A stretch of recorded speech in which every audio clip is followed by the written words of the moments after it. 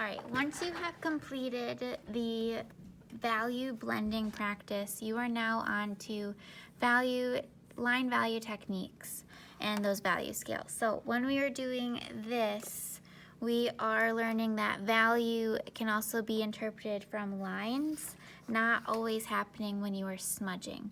So the first one, you're gonna recreate these boxes on your sheet of paper. You don't have to draw this is just my example to show you in case you forget. Hatching, we are going to define, and hatching is lines going in one direction.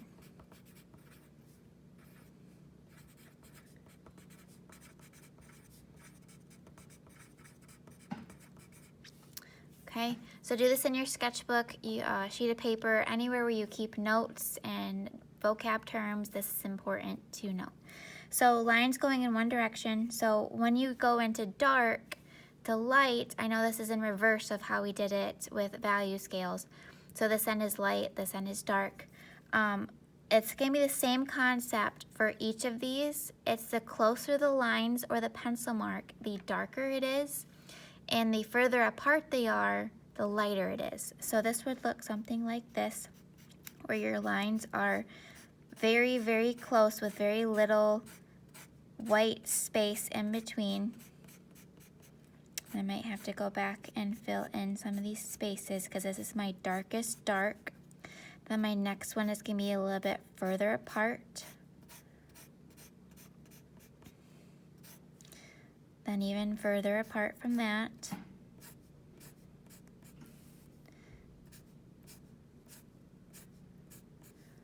And then even more. And then this last one might have only maybe one or two. Okay, so you can see how it goes from dark to light, all based on how much white is showing and how far apart our pencil marks are. So the next one is cross-hatching, and cross-hatching are when lines now go in multiple directions. Okay, so this looks a lot like a checkerboard plaid shirt. Same thing, it's just when lines are crossing over top of each other. So same thing, the closer they are, the darker the value. So I'm gonna do something very similar to hatching, but now I cross the other way. Now these lines don't have to be diagonal, they can be up and down, side to side. They don't always have to go in this direction. It sometimes depends on what you're drawing. Clean this up a bit. And then they get further apart.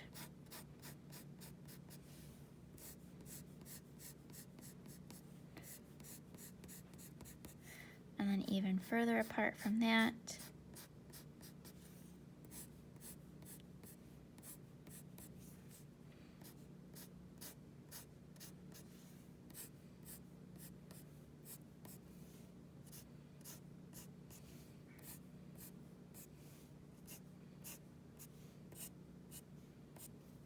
Okay, so you can see it going from dark to light. Okay, so that's the second technique. The third one is scumbling, and scumbling is a lot like scribbling, but they are controlled scribbles, which are lines that wind in random directions. Okay, so when you're scribbling, you often don't think about it, it goes all over, but with scumbling, they are controlled. You decide where the lines go, how close they are, how far apart they are, and so forth. So it's more than just going around and around and around. You wanna go in all kinds of directions that are random, more than just in circles. So I'm just kind of going zigzag, swirling, and I'm filling up this box with a mess. It's basically a big hot mess. Okay, and then the next box, they get further apart, so more white is showing from the paper. So not as much, but more than here. Then those lines get more thin or very few of them. Okay, and then they become dashes or lines where I start picking up my pencil by the end. So there's not very much here. More and more as I go to the left. I might want to add some more here. Okay, so that's scumbling. Then we've got stippling, and stippling are little dots. And this is going to get kind of annoying, tedious, just because they are little marks, and you need a lot of them in one spot when you need a dark. So they're going to be very close to each other. And I'm gonna fill this box all the way up with all these marks.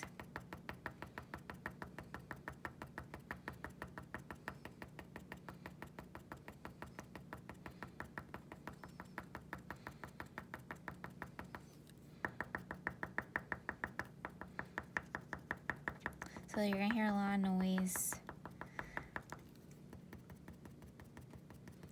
They are dots, not dashes. Once we start getting to dashes, it becomes more like scumbling rather than stippling.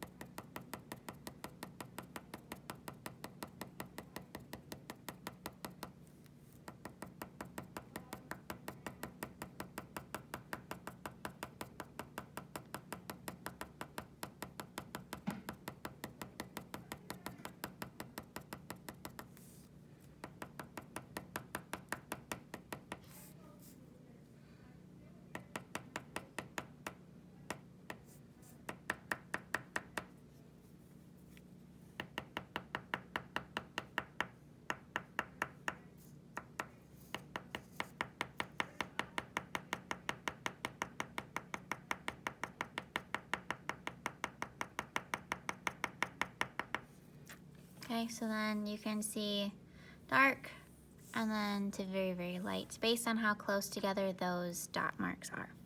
Okay, so that is the value techniques, all 4 of them. So now you know 5 different ways to create value. Once you're done with the value, you are then moving on to these cross contours. Now, these cross contours, they are going to be how you wrap,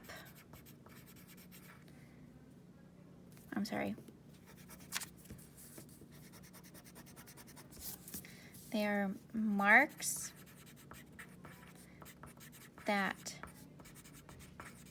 wrap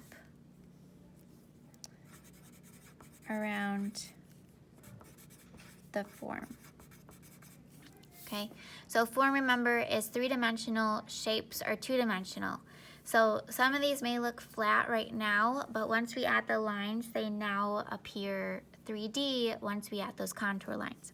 So cross contour lines are lines that accent the curvature, the edge, the side of that three-dimensional form. So when we do a cylinder, the top and the bottom are both curved down. So I'm going to do curved lines, and my lines accent and make it seem more round because I added these to it. When it comes to this branch, same thing. Branches are also sort of round, and I'll do these curved lines that follow all the way down and around. My cone, the bottom is curved, a lot like the cylinder. Okay, there's also another way we could have done this. The sides are straight, so we could add these lines as well if we wanted to.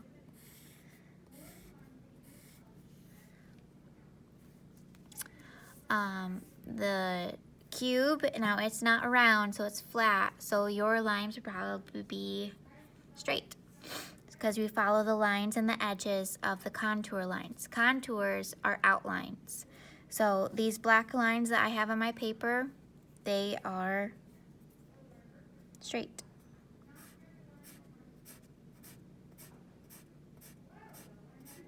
Okay, and these ones would go backward.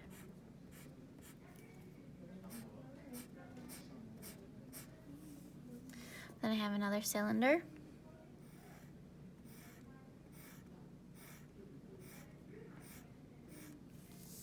And then for the ball, it's going to be kind of tricky. So we start with that in the middle because we have one line curving this way and another line curving this way. So I'm going to follow this curve.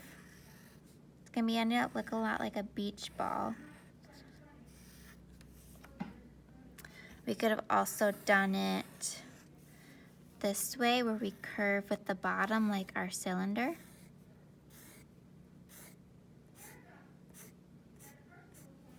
Okay, and it also seems curved. So those are cross contour marks. When you are done with this, after we've learned value scales of line value techniques and cross contours, you're then going to move on to your fractured value project. So go check out that video.